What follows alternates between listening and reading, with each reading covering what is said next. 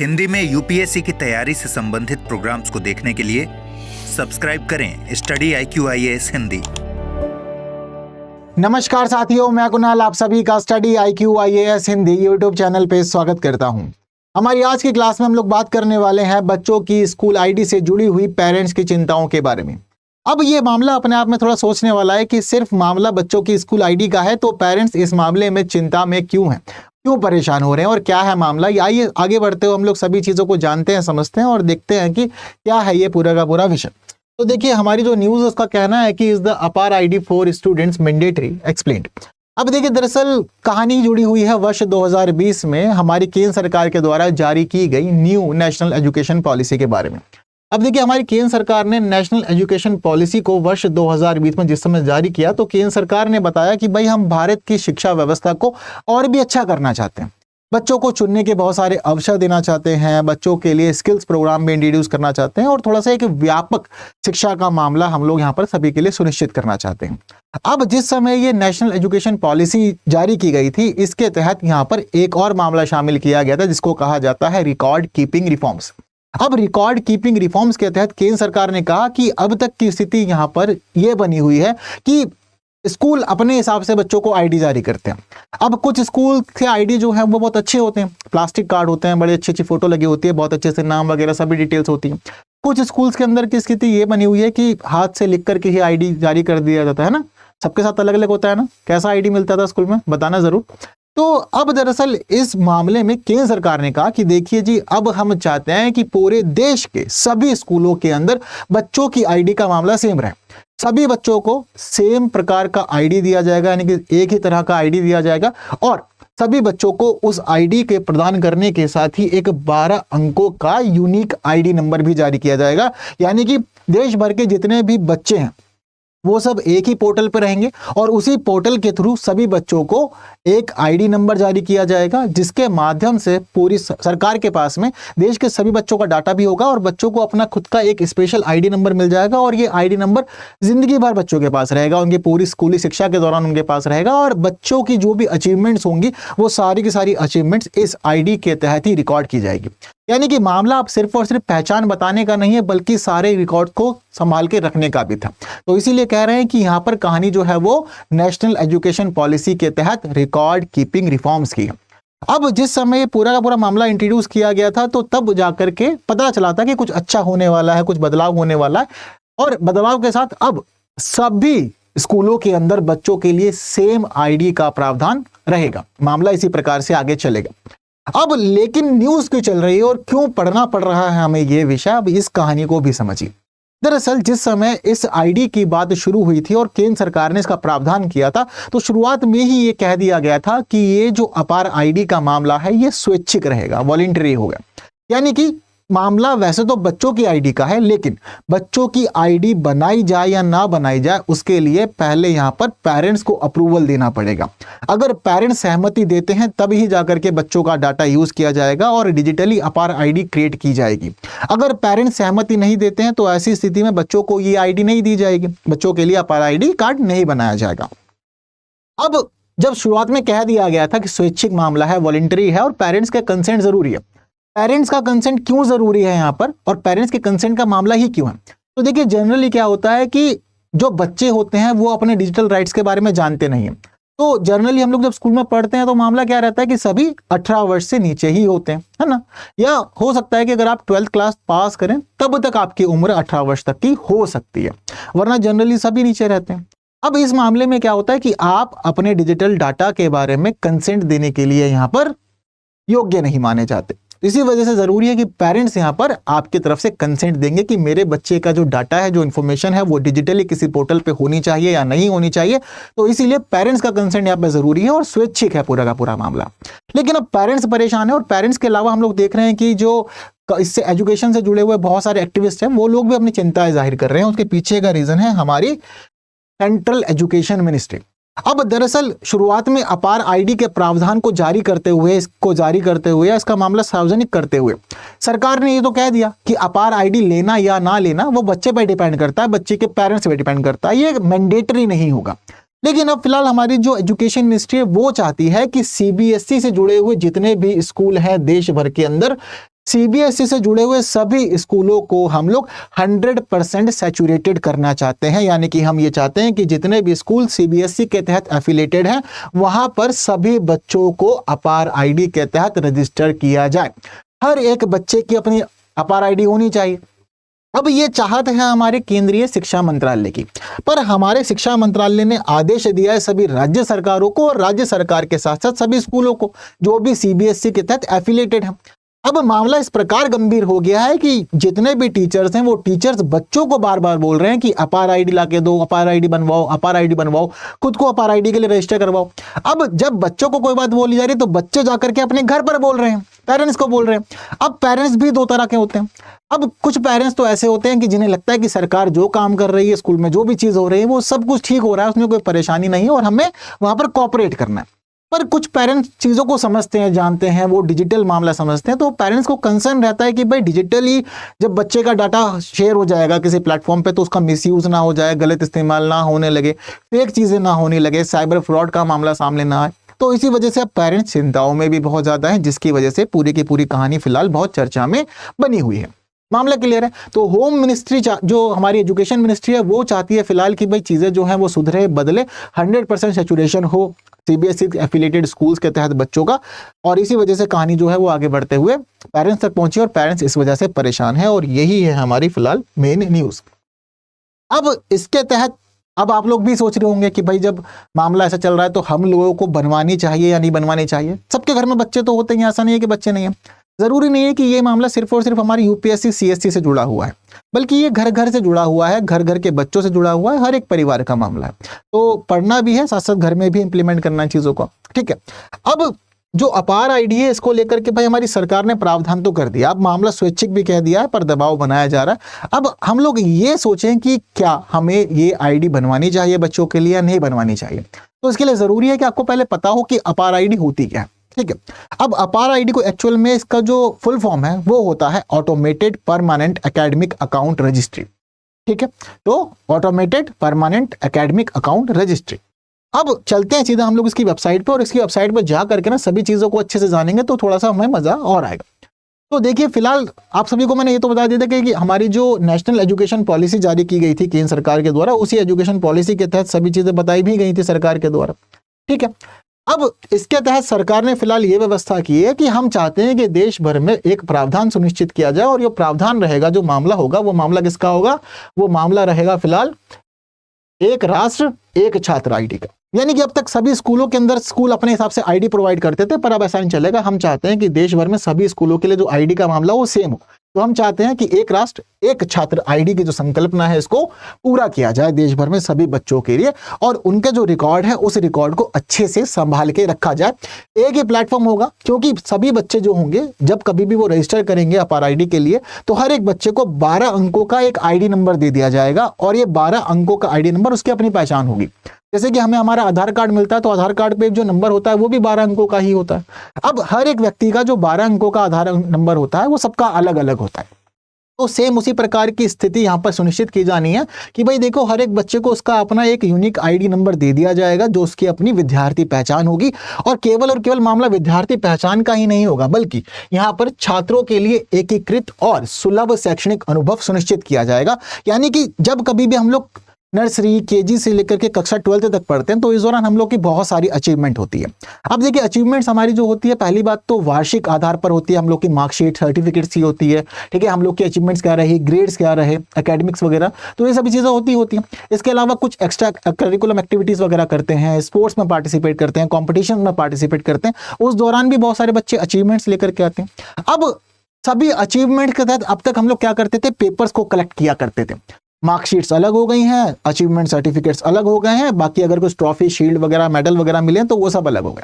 सरकार कह रही है कि देखो ये सारा काम बोझिल है और बच्चे बाद में समझते हैं, पेरेंट्स को ही सभी चीज़ें संभालनी पड़ती है। अब एक काम करेंगे हम लोग कि जब बच्चों को 12 अंकों की ये आईडी नंबर दे दी जाएगी तो इसी के साथ ही बच्चे के जितनी भी अचीवमेंट्स होंगे, उसके जो भी रिकॉर्ड होंगे, वो सारे के सारे यहीं पे ही संभाल के रखे जाएंगे। और ये बच्चों की जो आईडी रहने वाली है अपार आईडी, ये जुड़ी होगी डिजी लॉकर से, ठीक है। यानी कि कभी भी किसी भी व्यक्ति को, किसी भी बच्चे को कुछ भी देखना है, जानना समझना है अपने बारे में, वो सिर्फ डिजी लॉकर पे जाएगा, डिजी लॉकर पे जाकर के अपनी अपार आईडी देखेगा, उसकी अपार आईडी में उसकी सारे के सारे रिकॉर्ड मेंशन होंगे, उसकी पूरी स्कूलिंग के। तो इस उद्देश्य के साथ हमारी सरकार ने अपार आईडी की संकल्पना की है और सरकार चाहती है कि इस वजह से अपार आईडी सभी के पास में हो, जो कि जरूरी हो, ठीक है।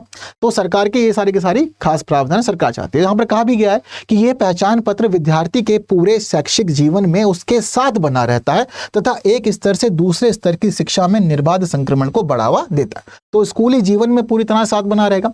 इसके अलावा ये एक आजीवन शैक्षणिक पासपोर्ट के रूप में कार्य करेगा और छात्र की सभी उपलब्धियों और साख को एक स्थान पर समेकित करेगा। यानी कि जैसा कि आपको बता चुका हूं, जो अचीवमेंट्स वगैरह रहने वाली हैं वो सब आपको एक जगह पर मिल जाएगी। तो इसलिए ये एक आजीवन शैक्षणिक पासपोर्ट की भांति काम करने वाला है और सभी बच्चों के लिए सेम आईडी रहेगी और सारा का सारा डाटा एक ही पोर्टल पे सरकार कलेक्ट करेगी बच्चों का, ताकि सरकार को भी पता हो कि कितने बच्चे रजिस्टर्ड हैं, देश भर में कितने कितने बच्चे कितनी कितनी क्लास में पढ़ रहे हैं। ये सारे के सारा डाटा सरकार के पास में इसके माध्यम से पहुंच जाएगा। सरकार को भी सभी चीजों की जानकारियां होंगी, ठीक है। क्लियर है बात सारी की सारी। तो ये खास बात जो है वो अपार आईडी की बात है।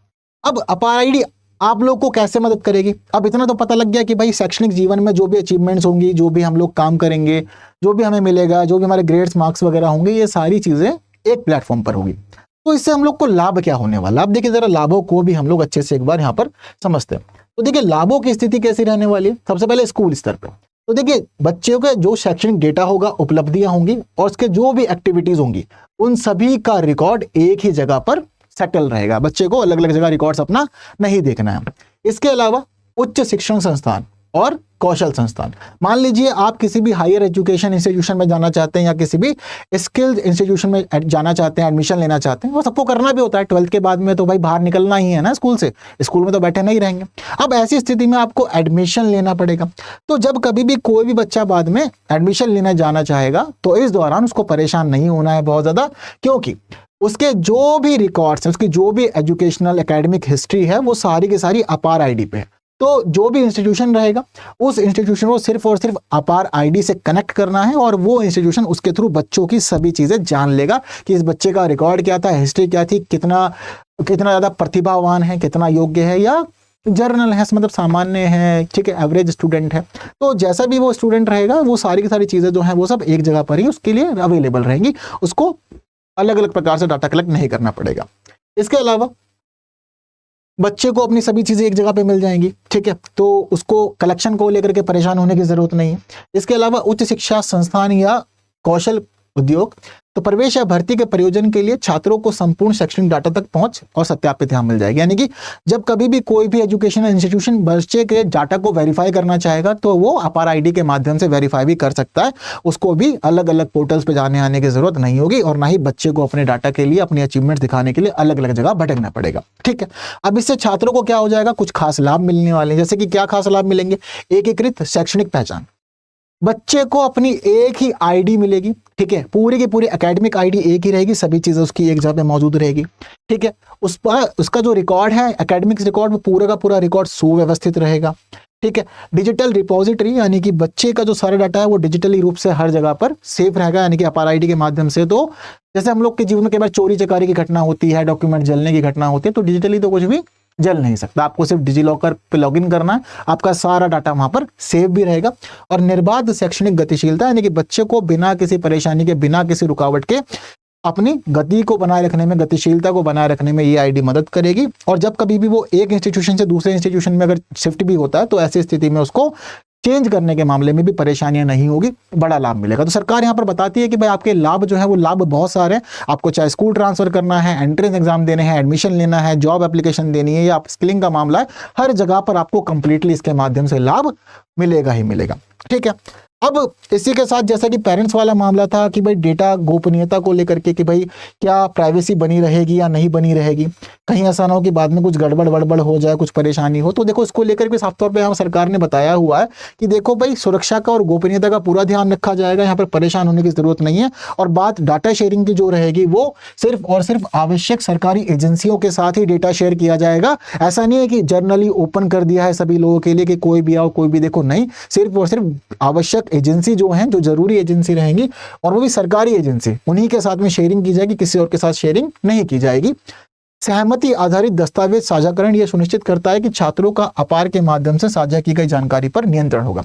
तो आप सहमति दिखा रहे हैं, इसी वजह से आपकी अपार आईडी बनी है, जो कि पेरेंट्स से कंसेंट लिया जा रहा है। अगर पेरेंट्स चाहें तो वो यहाँ पर ऑप्ट आउट भी कर सकते हैं, ठीक है। यानी कि मान लीजिए कि आपने पहले सहमति दे दी कि भाई अपार आईडी बनवा दीजिए, बाद में आप कह रहे हैं कि नहीं मामला ठीक नहीं लग रहा और हमें ये आईडी नहीं बनवानी, हम नहीं चाहते कि हमारा डाटा इस प्रकार से इस पोर्टल पे चले या अपार आईडी पे सभी चीजें कलेक्ट हो, तो आप यहाँ पर कर सकते हैं ऑप्ट आउट। ये ऑप्शन आप लोग को मिला हुआ, जिससे कि आप इस पूरे के पूरे मामले से बाहर आ जाएंगे और आपका डाटा इस प्रकार से डिजिटली नहीं चलेगा। तो यहाँ पर ये भी एक ऑप्शन मिला हुआ है।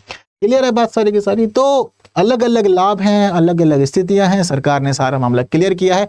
क्यों बना रहे हैं, किस लिए बना रहे हैं, वो सारी बातें भी इसके पोर्टल पे कंप्लीटली बता दी गई। अब इन सभी बातों को जानने के बाद किसी का मन कर रहा है कि भाई बनवाना कैसे, उसके लिए प्रोसेस क्या है, तो देखिए इसका प्रोसेस भी थोड़ा सा डिफाइन किया है यहाँ पर, वेबसाइट पर ही हमें देखने को मिल रहा है। तो देखिए सबसे पहले सत्यापन होता है, यानी कि जो आपको डेमोग्राफिक डाटा होता है, ठीक है, जनसांख्यिकीय डाटा जो है उसका विवरण सत्यापित कराने के लिए पहले स्कूल जाना पड़ेगा। जब स्कूल में वेरीफाई हो जाएगा तो माता पिता से सहमति मांगनी जाएगी कि भाई बताओ अपार आईडी बनानी है या नहीं बनानी है। पेरेंट्स अगर सहमति दे देते हैं तो उसके बाद फिर स्कूल के माध्यम से पहचान को बच्चे की प्रमाणित करवाया जाता है और प्रमाणित कराने के बाद में बच्चे की आईडी जनरेट की जाती है।